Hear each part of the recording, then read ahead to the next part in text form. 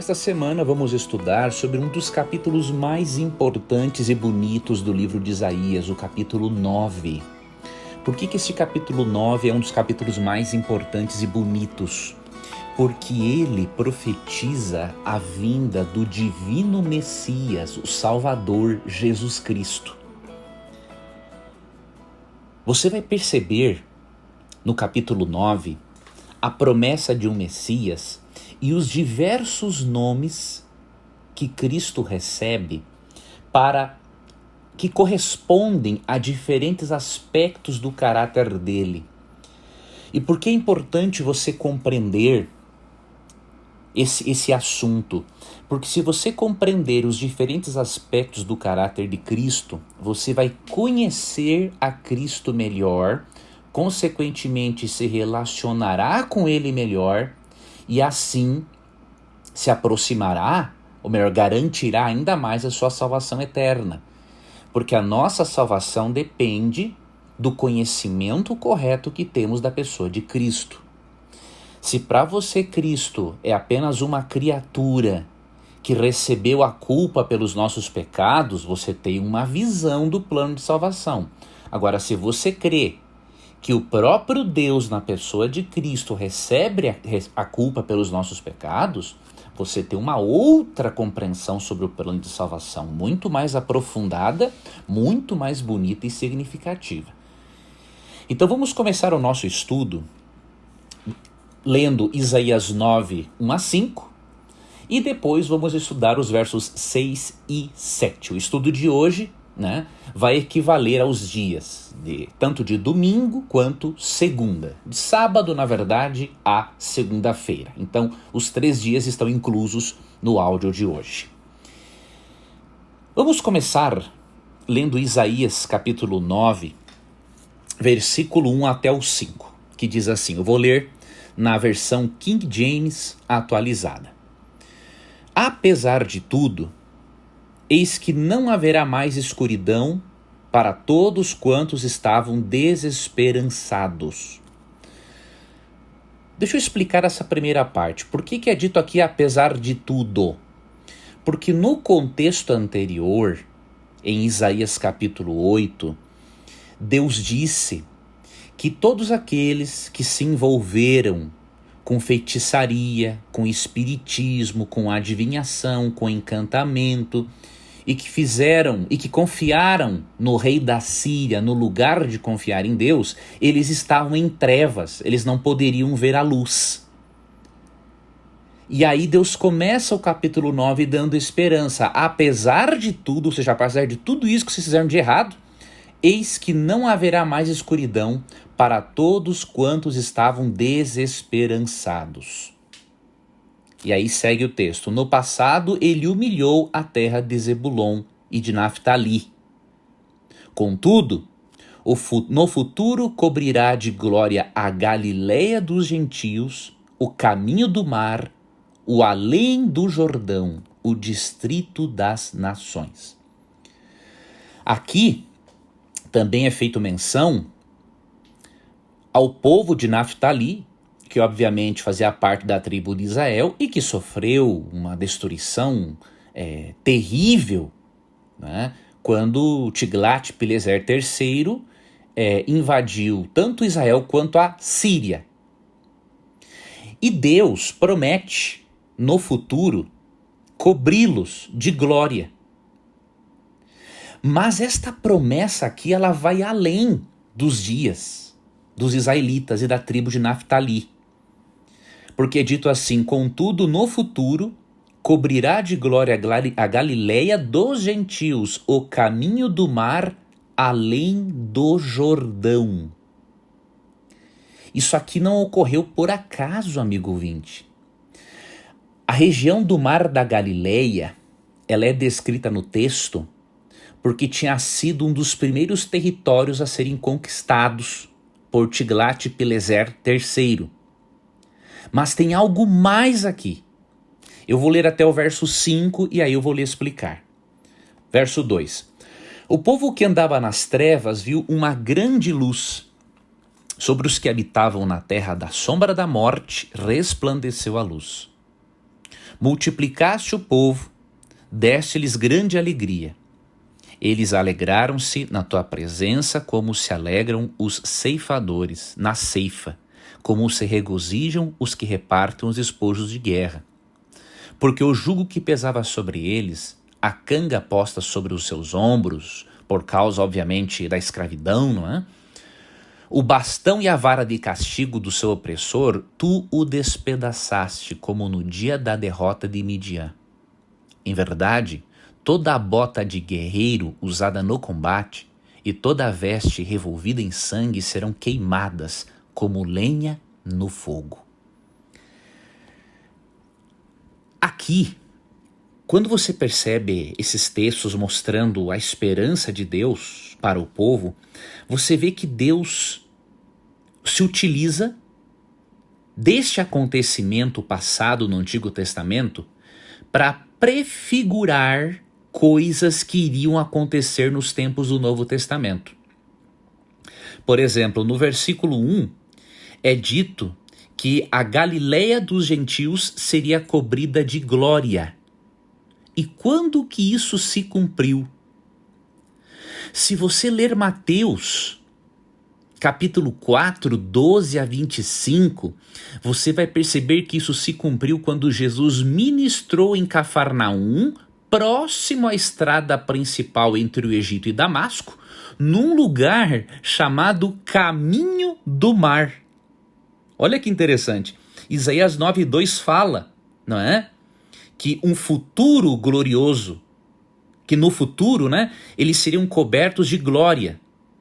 A Galileia dos gentios, o caminho do mar. E foi exatamente neste lugar que Cristo ministrou. Vou lhe mostrar.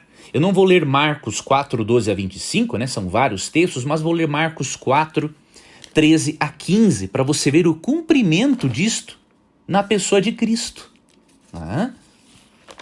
Marcos capítulo 4, vamos ler aqui dos versos 13 a 15, que diz o seguinte: E então Jesus, na verdade, vamos ler a partir do verso 10, que diz assim: Quando se afastaram das multidões, os 12 e alguns outros que os seguiam lhe pediram para elucidar as parábolas.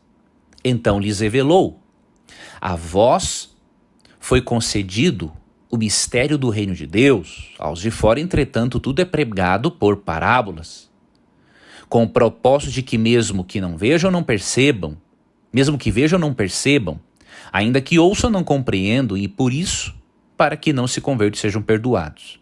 Então Jesus os questionou: Se não compreendeis esta parábola, como compreendereis, como podeis entender todas as outras coisas?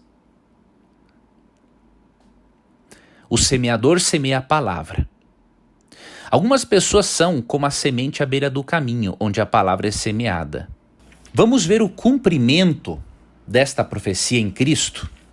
O texto, na verdade, é Mateus 4, 12 a 25, mas eu vou ler Mateus capítulo 4, 13 a 15, por causa, obviamente, do texto ser longo, então não vou ler todos os versos. Vou ler a partir do verso 12, que diz assim: Jesus, entretanto, ouvindo que João estava preso, voltou para a Galileia, e deixando Nazaré foi habitar em Cafarnaum, situada à beira-mar nos confins de Zebulon e Naftali.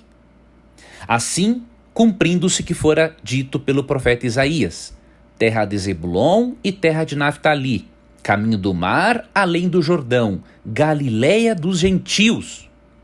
O povo que jazia nas trevas viu uma grande luz, e os que estavam detidos na região e sombra da morte, a luz raiou.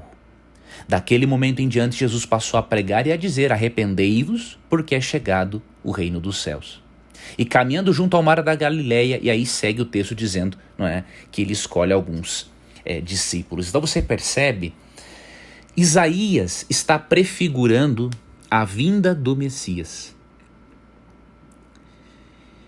E isto é mais evidenciado ainda quando lemos os versos 6 e 7 de Isaías. É comum na Bíblia Deus, o Cristo, se utilizar de eventos passados para prefigurarem coisas que aconteceriam no futuro. Então, os eventos ocorridos em Isaías 9, 1 a 5, prefiguravam a vinda do Messias, de acordo com Mateus 4, 12 a 25.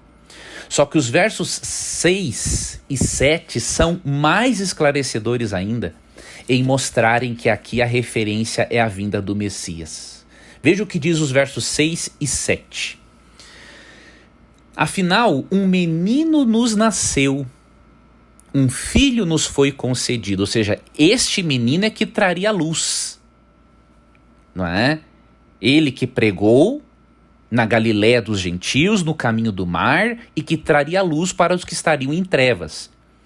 Um menino nos nasceu, um filho nos foi concedido, e o governo está sobre os seus ombros. Ele será chamado Conselheiro Maravilhoso, Deus Todo-Poderoso, Pai Eterno, Príncipe da Paz. E ele será descendente do rei Davi. O seu poder como rei se multiplicará sobremaneira e haverá plena paz em todo o seu reino. As bases do seu governo serão a verdade e a justiça, desde agora e para sempre. O zelo do Senhor dos Exércitos fará com que tudo isso se realize.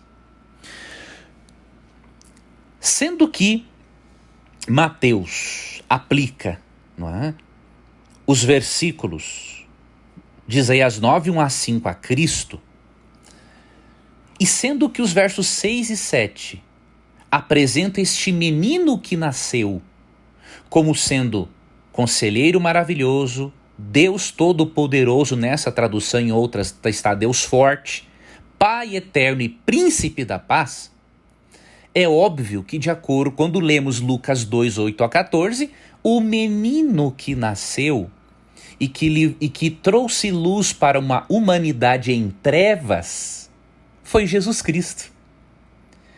Esse texto nos mostra que aquele que nasceu através de Virgem Maria não era qualquer um. Deus não jogou os pecados da humanidade sobre uma criatura ou sobre um Deus menor. Porque aqui Cristo é chamado de Conselheiro Maravilhoso.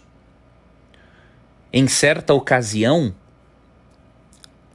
quando o pai de Sansão conversou com o anjo do Senhor, que é uma das manifestações da pessoa de Cristo no Antigo Testamento, este ser se identificou como sendo Deus e se identificou como sendo maravilhoso. Além disso, esse menino que nasceria, Jesus, seria chamado de Deus Forte. Ou seja, é Deus no mais pleno sentido do termo. E Pai da eternidade, ou seja, ele nunca teve um começo. Porque se Cristo tivesse tido um começo, não poderia ser Pai da eternidade? Como que o Pai da eternidade pode ser criado por alguém?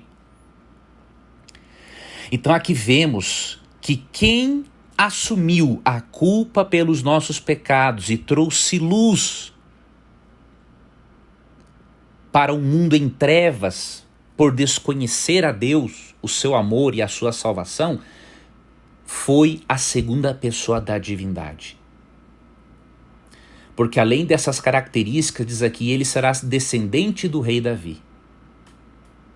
E é dito, e haverá plena paz em todo o seu reino. Este reino, que muitos judeus pensaram que seria um reino terrestre que os livraria da opressão de Roma, não é um reino messiânico terrestre, é o reino da glória que será inaugurado após a segunda vinda de Cristo, em glória e majestade. Você pode ler, por exemplo, Apocalipse 19, 11 a 16. E você vai ver que ali há a volta do Rei dos Reis e Senhor dos Senhores. Quando Cristo voltar, este ser divino, mas que assumiu a humanidade, esse ser divino humano, estabelecerá um reino onde a justiça e a verdade serão a base do governo de Cristo. O mal nunca mais vai existir, o pecado e os pecadores que não se arrependeram deixarão de existir, e todos aqueles que se apegaram à graça de Jesus estarão com ele no reino dos céus e depois na nova terra restaurada. Amanhã vamos continuar estudando, na verdade, na terça-feira, continuaremos estudando este assunto e vamos analisar Isaías capítulo 9, verso 8, até o capítulo 10, verso 34. Aguardo a você então em nosso próximo estudo. Um forte abraço e até lá.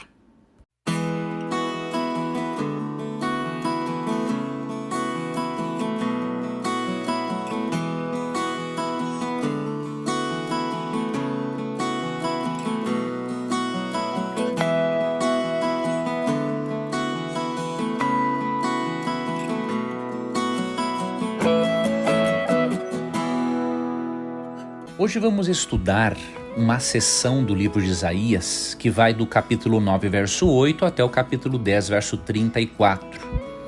Nós estamos estudando o capítulo 8, o capítulo 9 em especial, mas também vamos passar pelos capítulos 10, 11 e 12 até quinta-feira, para nós entendermos este contexto em que Deus prometeu a vinda do Messias divino, Jesus Cristo, para salvar a humanidade.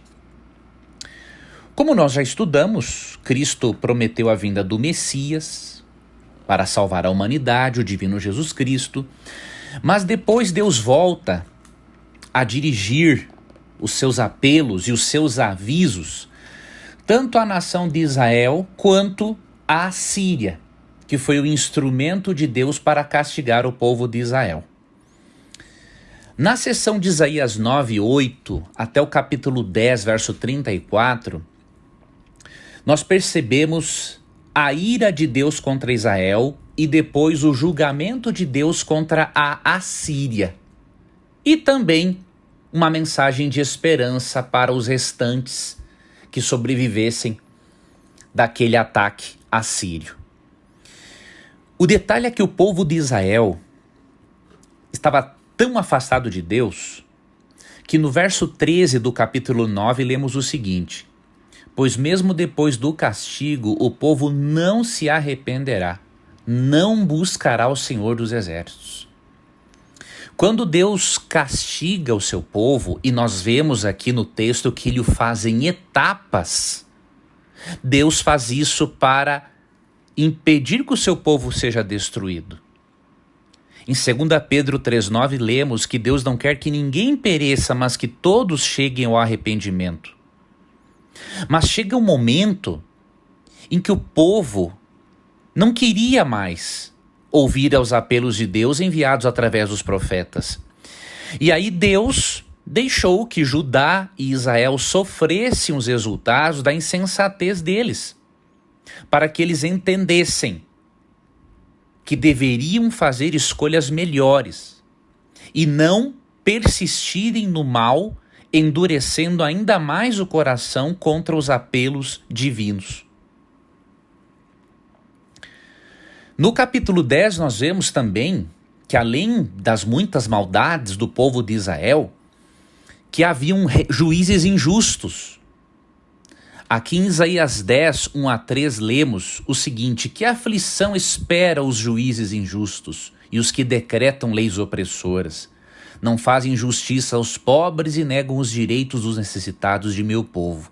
Exploram as viúvas e tiram proveito dos órfãos.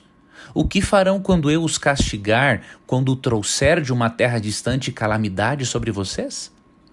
Então Deus faz uma ameaça a todo o povo, porque estava endurecido e não aceitava os apelos divinos, e também dá um apelo, dá um recado, faz uma ameaça a todos os juízes injustos de Israel que exploravam as pessoas.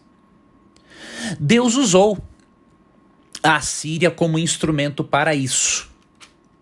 Porém, a Síria também foi merecedora do castigo de Deus por causa da sua arrogância e orgulho.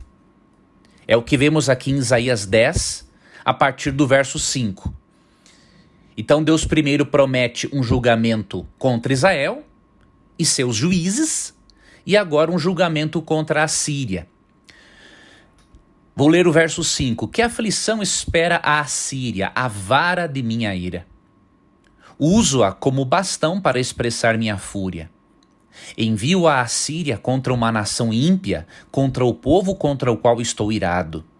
A Assíria os saqueará e os pisará como pó sobre os seus pés. O rei da Síria, porém, não entenderá que é meu instrumento. E esse não é o seu modo de pensar. E aí no verso 10, vemos o orgulho do rei da Síria. Sim, acabamos com muitos reinos cujos deuses eram mais poderosos que os de Jerusalém e Samaria. Portanto, derrotaremos Jerusalém e seus deuses, como destruímos Samaria e seus deuses. Ou seja, o rei da Síria não tinha noção de que Deus o estava usando como vara para castigar nações ímpias. E o rei da Síria chegou a dizer o seguinte, que assim como ele derrotou outros deuses, ele vai derrotar também o Deus de Israel. E o que Deus disse acerca desta afronta? Verso 12. Depois que o Senhor tiver usado o rei da Síria para realizar seus propósitos no Monte Sião e em Jerusalém, ele se voltará contra o rei da Síria e o castigará, pois o rei é orgulhoso e arrogante. Então você percebe nesta sessão que além de o Senhor manifestar a sua ira e castigo contra Israel, Judá e contra os juízes injustos, Deus também diz que vai julgar a Assíria por causa do seu orgulho e arrogância. Entretanto, Deus encerra a sessão, diríamos assim, dando esperança para aqueles poucos sobreviventes que decidiram permanecer infiéis a Deus. Veja esse texto, eu vou ler para você agora Isaías 10, dos versos 20 até o 23. Naquele dia, o remanescente de Israel, os sobreviventes da família de Jacó, não dependerão mais de aliados que procuram destruí-los.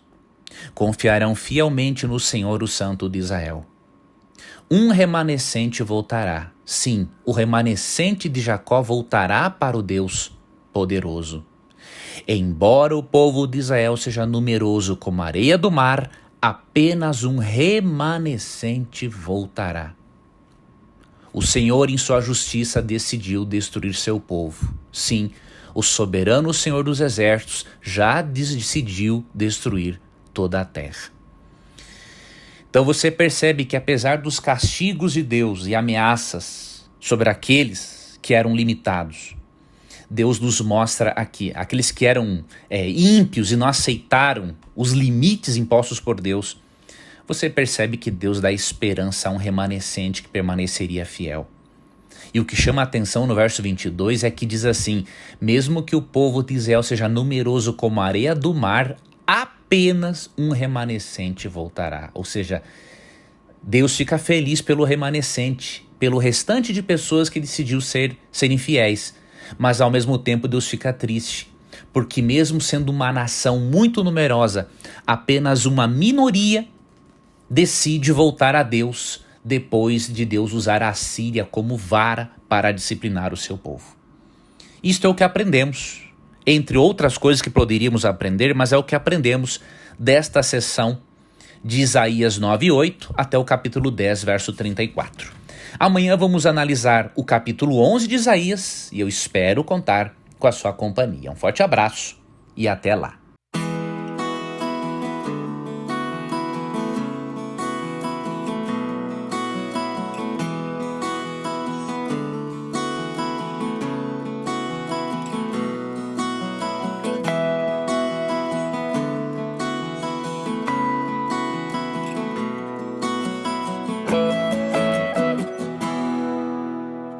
No capítulo 11 de Isaías, vemos que Deus dá mais esperança ainda ao remanescente de Israel que sobreviveria com os ataques do rei da Síria. Só que esta esperança que Deus dá a eles, ela também é uma esperança que se aplica a nós e se aplicou aos judeus do primeiro século. No capítulo 11 de Isaías, vemos a primeira e a segunda vinda de Cristo mescladas, para que Deus nos ensine que uma coisa depende da outra. O plano de salvação, para ser completo, requereu a primeira vinda de Cristo, para ele morrer na cruz como nosso substituto, e requer a segunda vinda de Cristo, para que ele venha exercer juízo e dar a vida eterna àqueles que o aceitaram pela fé. E em Isaías 11 nós percebemos esta mescla de eventos relacionados à primeira vinda de Cristo e eventos relacionados à segunda vinda de Cristo e que acontecerão após essa segunda vinda. E eu vou estudar com você Isaías capítulo 11 neste momento. Alguns trechos de Isaías 11, tá bom? Vamos começar no versículo 1. Do tronco de Jessé sairá um rebento, e das suas raízes um renovo. Jessé era o pai de Davi. Então aqui está falando que da dinastia de Davi, de suas raízes, nasceria um renovo, um rebento. Repousará sobre ele o Espírito do Senhor, o Espírito de sabedoria e de entendimento, o Espírito de conselho e de fortaleza, o Espírito de conhecimento e de temor do Senhor. Deleitar-se-á no temor do Senhor. Não julgará segundo a vista dos seus olhos, nem repreenderá segundo o ouvir dos seus ouvidos, mas julgará com justiça os pobres e decidirá com equidade a favor dos mansos da terra. Ferirá a terra com a vara de sua boca e com o sopro dos seus lábios matará o perverso. A justiça será o cinto dos seus lombos e a fidelidade o cinto dos seus rins. Por que esse texto se refere a Jesus Cristo como sendo o rebento, aquele que brotaria do tronco da dinastia de Israel? Isaías 11 está retomando a imagem da árvore derrubada no capítulo 10, versos 33 e 34. Deus derrubaria a dinastia de Davi porque os reis que vieram depois foram ímpios. Mas Deus não destruiria de toda esta árvore, essa dinastia, ele deixaria um tronco. E daquele tronco nasceria um rebento, um brotinho. E este broto se tornaria grande. E este rebento, este renovo que nasce do tronco da dinastia de Davi, é um governante descendente de Davi. E quando vamos, por exemplo, a Apocalipse 22:16, nós entendemos quem é este rebento que nasce no tronco de Davi. Veja como a Bíblia se explica e tem uma mensagem de esperança para as pessoas de todas as épocas. Apocalipse 22:16, eu, Jesus, enviei o meu anjo para vos testificar essas coisas às igrejas. Eu sou a raiz e a geração de Davi, a brilhante estrela da manhã. Então ele se apresenta como a raiz, como descendente, como geração de Davi. Então essa descrição de Isaías 11 é uma promessa da primeira vinda de Cristo. Deus leva o olhar do remanescente israelita para o futuro, dizendo que quando Cristo viesse pela primeira vez, a humanidade poderia realmente ter esperança de dias muito, mas muito melhores. Só que juntamente com a primeira vinda de Cristo, não é? Que é a raiz e a geração de Davi, que é o rebento de Isaías 11:1, aqui no capítulo 11 também aprendemos algo sobre a segunda vinda. Aprendemos algo sobre as condições da nova terra após a segunda vinda de Cristo. Porque o verso 6 em diante diz assim: o lobo habitará com o cordeiro, e o leopardo se deitará junto ao cabrito. O bezerro, o leão novo e o animal cevado andarão juntos, um pequenino os guiará. A vaca e a ursa pastarão juntas, e as suas crias juntas se deitarão. O leão comerá palha como o boi. A criança de peito brincará sobre a toca da áspide, e o já desmamado meterá a mão na cova do basilisco, uma serpente, né? Não se fará mal nem dano algum em todo o meu santo monte, porque a terra se encherá do conhecimento do Senhor como as águas cobrem o mar. Naquele dia recorrerão as nações à raiz de Jessé, que está posta por estandarte dos povos. A glória lhe será a morada. Mesmo que Deus tenha prometido uma nova terra para o povo de Israel, se eles fossem obedientes, com estas condições aqui, não é? De crianças brincando com animais venenosos, porque não haveria mais dano algum no santo monte de Deus, vemos que esse texto, à luz de 2 Pedro 3, 10 a 13, já que não pôde ser cumprido com o Israel como nação, isso será cumprido com a igreja, que é uma continuação do povo de Israel. E é por isso que Pedro diz em 2 Pedro 3,13 que nós aguardamos novos céus e nova terra, nos quais habitam justiça. Então você percebe, em Isaías 11, 1 a 5, vemos a primeira vinda de Cristo, e do verso 6 até o 10, um evento maravilhoso que ocorrerá após a segunda vinda de Cristo, ou seja, a transformação do reino animal. Os animais deixarão de serem carnívoros, voltarão a serem herbívoros, como era o plano de Deus no princípio. Foi muito bom ter estudado esta parte de Isaías 11 com você. Existem outros versos, né, do verso 11 ao 16, que eu não vou estudar porque diz respeito aqui ainda ao rei da Síria, que já estamos estudando. E amanhã vamos estudar Isaías capítulo 12, versos 1 a 6, para na semana que vem seguirmos estudando o capítulo 13. Um forte abraço, que Deus te abençoe e até o nosso próximo estudo.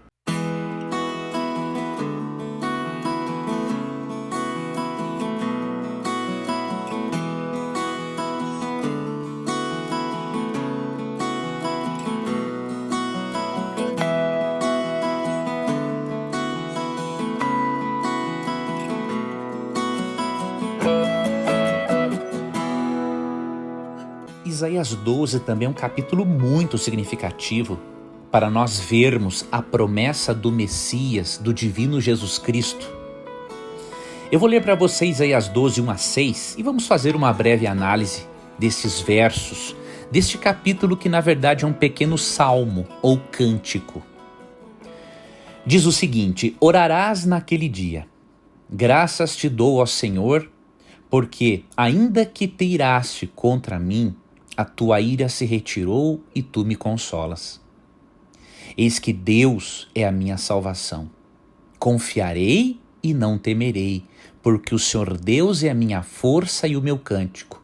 Ele se tornou a minha salvação. Vós com alegria tirareis água das fontes da salvação. Direis naquele dia: dai graças ao Senhor, invocai o seu nome, tornai manifestos os seus feitos entre os povos. Lembrai que é excelso o seu nome. Cantai louvores ao Senhor, porque fez coisas grandiosas. Saiba-se isto em toda a terra.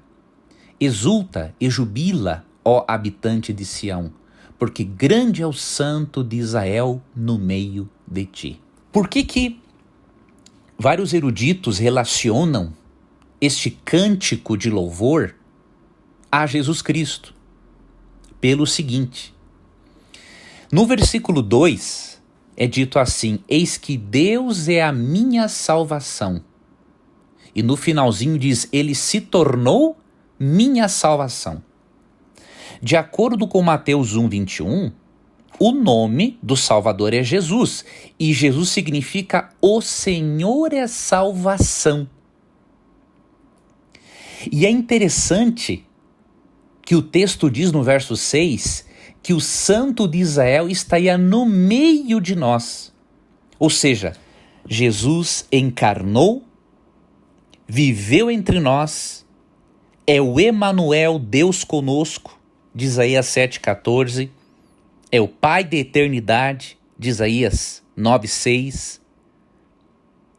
E é dito também que ele permaneceria com o seu povo, ou seja, ele, além de encarnar, ele se tornou a salvação do ser humano, ele é a salvação do ser humano. Ele se fez carne e habitou entre nós, como diz João 1,14. Ele não só levou os nossos pecados, ele se fez pecado por nós, como diz 2 Coríntios 5,21. E também Jesus, por ser o Deus da nossa salvação, ele não é simplesmente, como poderíamos dizer, ele não apenas traz paz ao ser humano, ele é a paz do ser humano, de acordo com Efésios 2,14. É por isso que em Isaías 11:10 é dito que as nações, a raiz de Jessé que está posta por estandarte dos povos, recorreriam até o Messias. E Jesus disse exatamente em João 12, 32 e 33, que quando ele fosse levantado da terra, na cruz atrairia a todos a si mesmo. Então em João 12, Jesus cumpre Isaías 1:10, não é? De que todas as nações recorreriam à raiz de Jessé, ao renovo, que é Jesus Cristo. Então você percebe, mais uma vez, que o livro de Isaías tem como foco a primeira e a segunda vinda de Cristo e o plano de salvação executado por Deus ao longo da história. Teremos ainda muitas coisas interessantes para estudarmos sobre o livro de Isaías. E na próxima semana vamos estudar Isaías, capítulo 13 e também o capítulo 14. E vamos dar um pulo para os capítulos 24 a 27, porque estão relacionados tematicamente, ok? Então, ao longo desse trimestre, nós faremos aí uma passagem interessante pelos capítulos do livro de Isaías. Que Deus abençoe seus passos, que você se aproxime cada vez mais de Jesus e que toda vez que você ler o livro de Isaías, você encontre nele o personagem central da salvação do ser humano, que é Jesus Cristo. Um abraço para você, um bom restante de semana e até nosso próximo estudo.